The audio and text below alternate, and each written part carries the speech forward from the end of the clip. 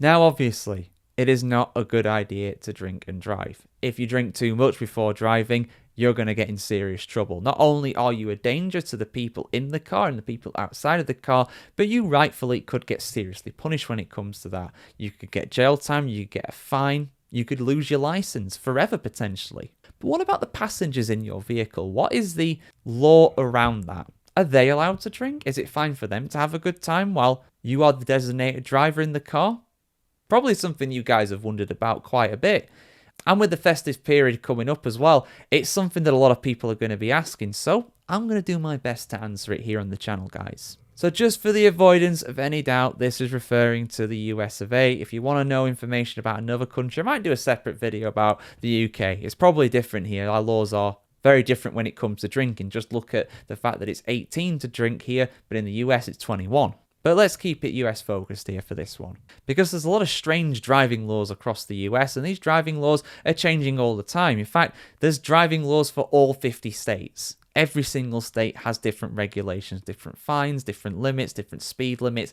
It all varies depending on where you are. But something that's pretty consistent when it comes to driving laws in the United States is the DUI laws. In 49 of the 50 states and Washington, D.C., if you're operating a motor vehicle and you have a blood alcohol content, BAC, of 0.08 or higher, and you get caught by the police, you're in serious trouble.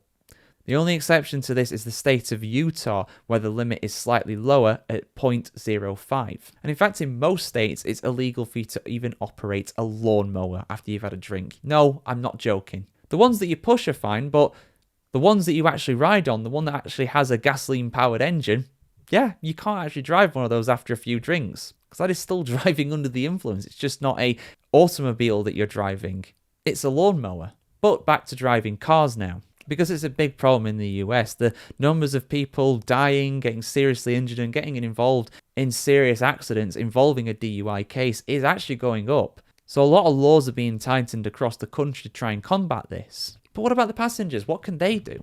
Well, again, it varies depending on where you are. However, in 38 of the 50 states plus Washington, D.C., if you are a passenger in a motor vehicle, you cannot drink alcohol while you are in the car. There's a few reasons for this. The first one being, of course, that if there is an open container of alcohol, if there is just a bottle or a can that is near the driver, they will be more tempted to have a drink. Of course, they shouldn't, but it does make it easy. The temptation is there. And the other reason as well is the safety. If you've got people who are absolutely steaming in the back of your car, it's very distracting. So therefore, in most states, it is illegal to do that. Now, this is a relatively recent law, at least in the context of the US anyway. Before 1998, in most states and most counties, again, there are dry counties and stuff like that to this day in the US, which a lot of people don't know about, but there's a lot of people in the US that don't even know that, to be fair.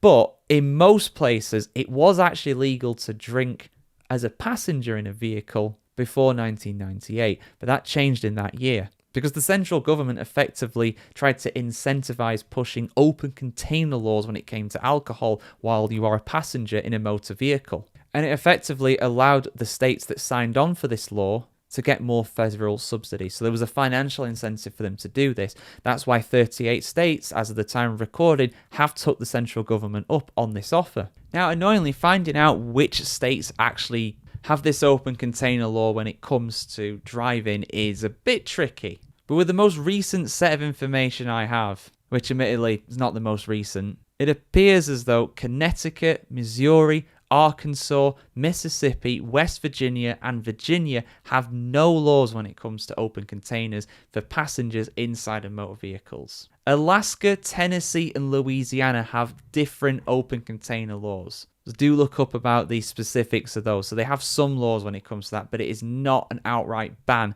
like in the rest of the country. Yeah, interesting one, guys. Did you know that? Were you aware of that? I want to hear your thoughts in the comments below. Do you think this is a bit of a silly rule, or do you think that actually it's something that's very sensible? I want to hear what you have to say as always. Like, share, comment, subscribe, guys. Have a fantastic day wherever you are in the world today, and we'll see you very soon.